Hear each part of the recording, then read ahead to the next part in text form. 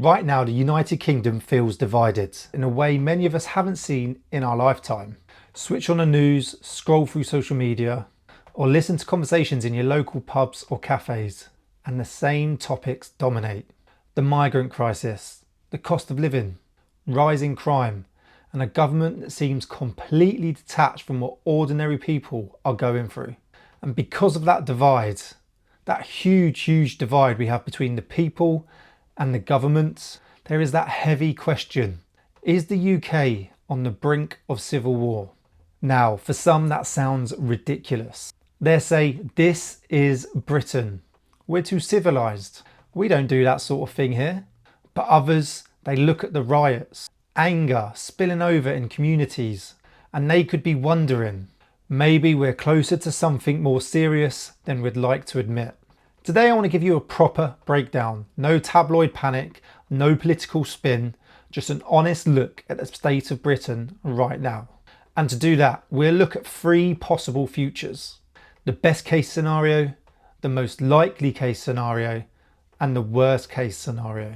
By the end of this, you'll have a clearer picture of where the UK is standing right now and where it could possibly be in the future. So let's start by setting the scene. Because before we talk about Britain in 2025, we need to actually understand what a civil war actually is and what it isn't. When people throw around the word civil war, 9 times out of 10 they're not using it properly. They're using it to describe division, tension, or even a bad protest. But history shows us a civil war is something very different.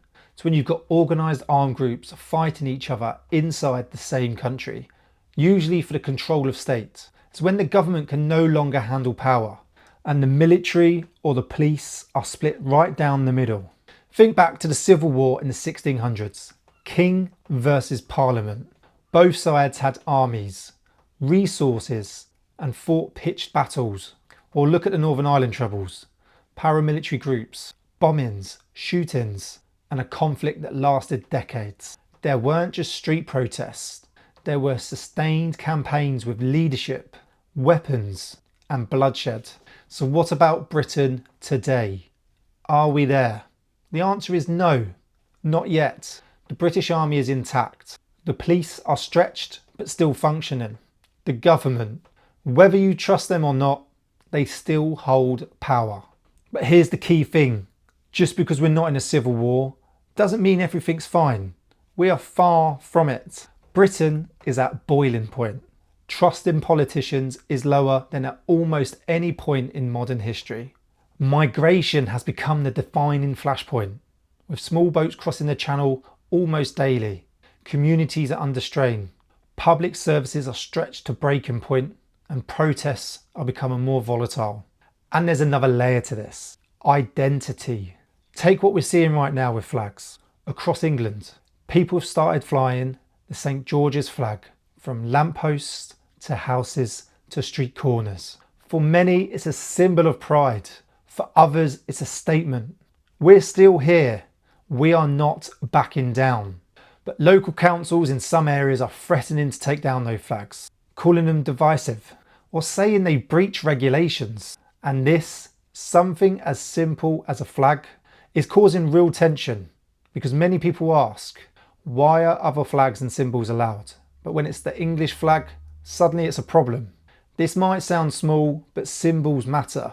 When people feel their identity is being erased, it adds fuel to the fire.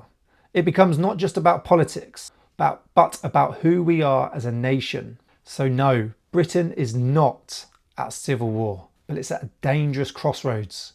And that's where our three scenarios come in. So let's start off with the best case scenario. In the best case, the situation de-escalates. The government takes decisive action, and finally recognising that ignoring problems only makes them worse. First, the migrant crisis. In this scenario, the asylum backlog is cleared. Deportations happen a lot more regularly and faster.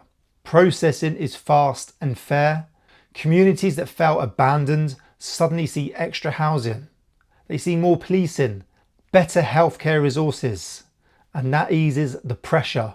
Second, politics shifts. New leaders or even new political parties emerge who actually connect with ordinary lives. Where it's independence or a reformed major party, people start to feel their voices are being heard. Third, identity is respected. Councils stop treating the English flag as a threat. People feel they can celebrate who they are without being accused of extremism. When identity is acknowledged rather than suppressed and tensions ease. Now imagine protests. They don't vanish, but they do remain peaceful, controlled, and part of the democratic process. Veterans and grassroots groups channel their energy into building charities, lobbying movements, or even standing for election. Maybe you'll see me one day. Fast forward 5 to 10 years in the best case scenario. Britain is still bruised, but stable. Divisions remain, but no one's picking up rifles. Is this realistically? Honestly, it's possible. But it requires strong leadership, genuine reform, and respect for national identity. 3 things that, let's be honest, have been lacking for a long time. The most likely scenario then. Now let's be realistic. If you look at how Britain has handled crisis before, miners' strike in the 80s, the poll tax riots in the 1990s, the London riots in 2011, the pattern is decisive reform. It's muddling through. So the most likely scenario for the UK isn't peace and harmony, but it isn't a full-blown war either. It's civil unrest becoming normal. Here's what it looks like. Riots and protests happening regularly, especially in the summer months. Clashes between groups, anti-migrant protests, counter-demonstrations, veterans versus activists. They grow more violent. Police crackdowns increase, but they only deal with the symptoms and not the causes. Communities starting to fragment. Some towns feel abandoned by Westminster. Others feel like they're carrying all the pressure, and resentment grows. Flags, they become a bigger flashpoint. Councils that take down St George's crosses fuel the perception that English identity is under attack, while other cultural expressions are left untouched. That perception spreads, especially on social media, and it feeds the anger. Meanwhile, extremes grow. The right gain traction by tapping into anger over migration and identity. The left gains traction by attacking inequality and government corruption. Both of these can pull frustrated youths, working class communities, and even veterans who feel betrayed. Social media pours petrol on the fire. Every protest, every police clash, every flag that gets taken down goes viral. Echo chambers form, and misinformation can spread faster than truth. And here's the key, the state doesn't collapse. The army, the police, the courts, they still exist. But society feels permanently on edge. It's not a war zone, but it's a country divided, tense, and suspicious of itself. That's the most likely path. It's not a civil war, but Britain is stuck in a permanent cycle of unrest and division. Your worst case scenario then. This is your nightmare scenario. Imagine a major economic crash. Unemployment just soars. Inflation skyrockets. And at the same time, the migrant system completely collapses. Hundreds of thousands arriving. Services overwhelmed. Protests explode. Police can't cope. The government calls in the army. Soldiers on British streets. And suddenly, the signal is clear. The state has lost control. Now imagine communities taking matters into their own hands. Militias form, often led by veterans. Councils refuse to follow government orders, creating a constitutional crisis. At the same time, symbols like flags become rallying points. People will just continue to refuse to take them down. Council order removals, but locals resist. What begins as a symbolic defiance escalates into street battle, and the powder keg explodes. That's the worst case, a true civil war. And while it's not the path we're on, it's not impossible if every system collapses at once. So where does this leave us? The best case is reform.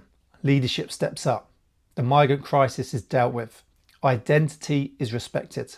Trust begins to rebuild. The most likely case is unrest. Not war, but a country permanently tense, divided, and stuck in cycles of protests and mistrust. Your worst case then, your civil war. Possible, but only if every pillar of stability collapses at once. Right now, the UK is not on the brink of civil war, but we are on the brink of something else. A turning point. If leaders don't act, if trust continues to break, then civil unrest will become the new normal. And history is clear. Countries don't collapse overnight. They crack slowly, piece by piece, until one day the crack becomes a break. The real battle Britain faces today isn't with guns or armies. It's with trust, leadership, and whether we can hold this country together when things get tough. And the question we all have to ask is this: how far do we let the crack spread before we demand real change? Don't forget to subscribe, turn notifications bell on, and comment below. I'd love to hear your thoughts. Thanks for watching.